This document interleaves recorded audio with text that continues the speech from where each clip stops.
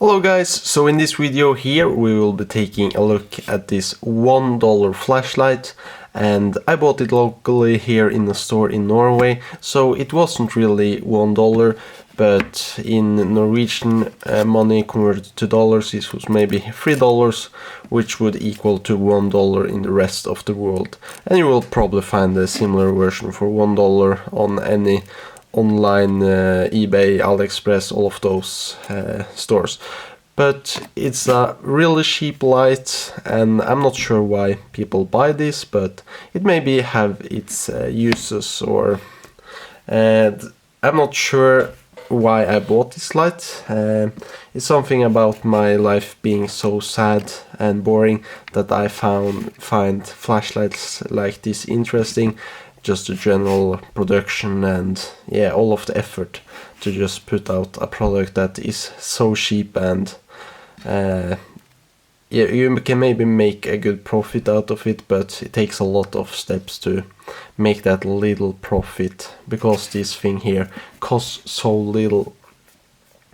And it's really hard to know how other people, how interested they are, and but we can maybe just take an overall look at it for those just switching into this video to look through very fast. It uses AAA batteries. You can use rechargeable batteries, and it's rated up to 80 lumens. It's using an Epistar Bridgelux style diode in there, so it's not too terrible. It's not a very good performing diode, but it will last a long time and is much better than those see-through kind of LEDs which you will find in a lot of similar versions. 3 AA batteries and 80 lumen. It got this total internal reflector lens on the front here, so you get some throw to the light as well. Was to say decent throw, but that's what you compare it to. And the construction itself is like aluminium, very thin housing, and a button on the back and a holding strap. Not much more to it than that. And push it on, push it off, and this here will work perfectly if you just have to do very basic stuff and don't really care too much. But I think it's very interesting how these are made. If these were to made in Norway, they would probably cost $100 or so, because the only thing we can do here is making oil, or taking oil off up from the ground, and we don't really have the manufacturing knowledge and could never made it as cheap as this thing. But it's a very simple aluminium construction. It's just a round housing. The button is like press fitted into this underside here with this plastic retainer which the button thing like sits into, and it's just a on-off button like this. I have opened it and taken it all off, and it's not too much to have a look at, but you see you even got a gasket here to make it not waterproof at all, but thanks for the effort. And the water will maybe seep in through here if the pressure builds up, but the front side of this flashlight is not waterproof at all, so I'm not sure why they did that. That just shaved or costed them 10 cents more. And then you get this plastic holder for 3 batteries, because the LED is probably running at like 5 volts, or for voltage on the diode is much higher than 1.5 or 1.2 volts in these batteries. And I am using IKEA Lada batteries.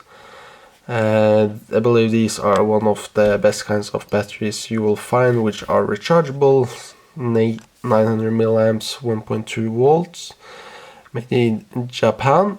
And the funny thing is that these batteries here actually cost these 3 batteries cost 5 times as much as the flashlight itself, so money well spent. You see, you get this tube, it's very thin, but I can't really buckle it by just pressing, so it's more than strong enough, but it won't really take too much if you try to run it over anything.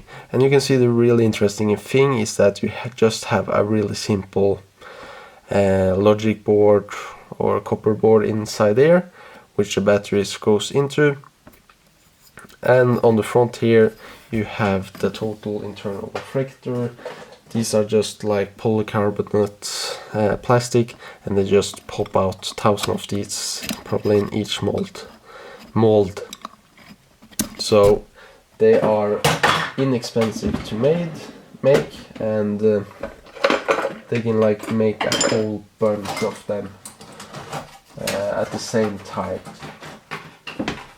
I will try to find a screwdriver. I think maybe this will be enough. Wanted to have a flat head, but I couldn't find it. Yeah, we can see we can pop out the internal reflector. You will find this reflector in a lot of other flashlights, and this unit here is fairly okay. We can actually see no bubbles. A little bit of, yeah, I think that was from screwdriver, so no bubbles or anything like this. And so yeah, overall it works as it's intended to, and I believe this was probably just glued in place so it holds on, and I wouldn't trust it to be watertight, but it will maybe hold some water outside. And then we can see the Epistar diode here. You find this in a lot of different products. I believe they are getting not as used as much anymore, because you get other better, cheaper alternatives that have higher performance, but they're still used in a lot of different cases. And we can see it's just press fitted into here. You have the diode itself and just a little bit of a, not capacitor, but resistor, and that is all. And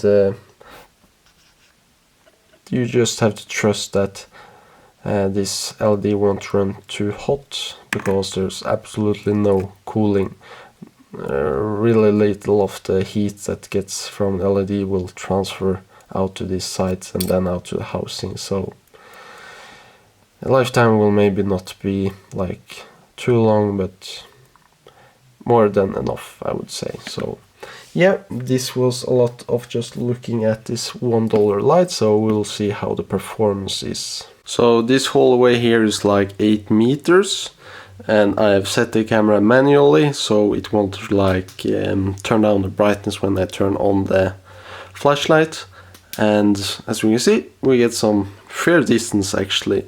8 meters, we can definitely light up this place here, and yeah, it's enough to go through here and have control of yourself. So looking at the light pattern of the flashlight, it's a little bit, you can see you get a fair bit of a hotspot in the middle, and then you get all of these weird lines, so it's not perfect at all, but it gets the light out of the flashlight and it's much better than those clear LED ones with no reflector at all. So yeah, terrible, but okay in my opinion. What about some tighter quarters? Here it's completely dark. We'll go down here. Probably 5 meters to the end of this room here. And from using this, I get good control of the whole room, and I get fairly enough light or width to the light, so I see some lights on the end, even though I am pointing the flashlight at the wall there, and I even like see things down on the sides. And how the camera picks it up is fairly accurate to how I actually see things with my eyes. And if you're like on the read stuff, yeah, now it's showing a little bit too bright on the camera, I would say, but yeah, it's definitely enough for me to have a look at stuff and read what the different texts say.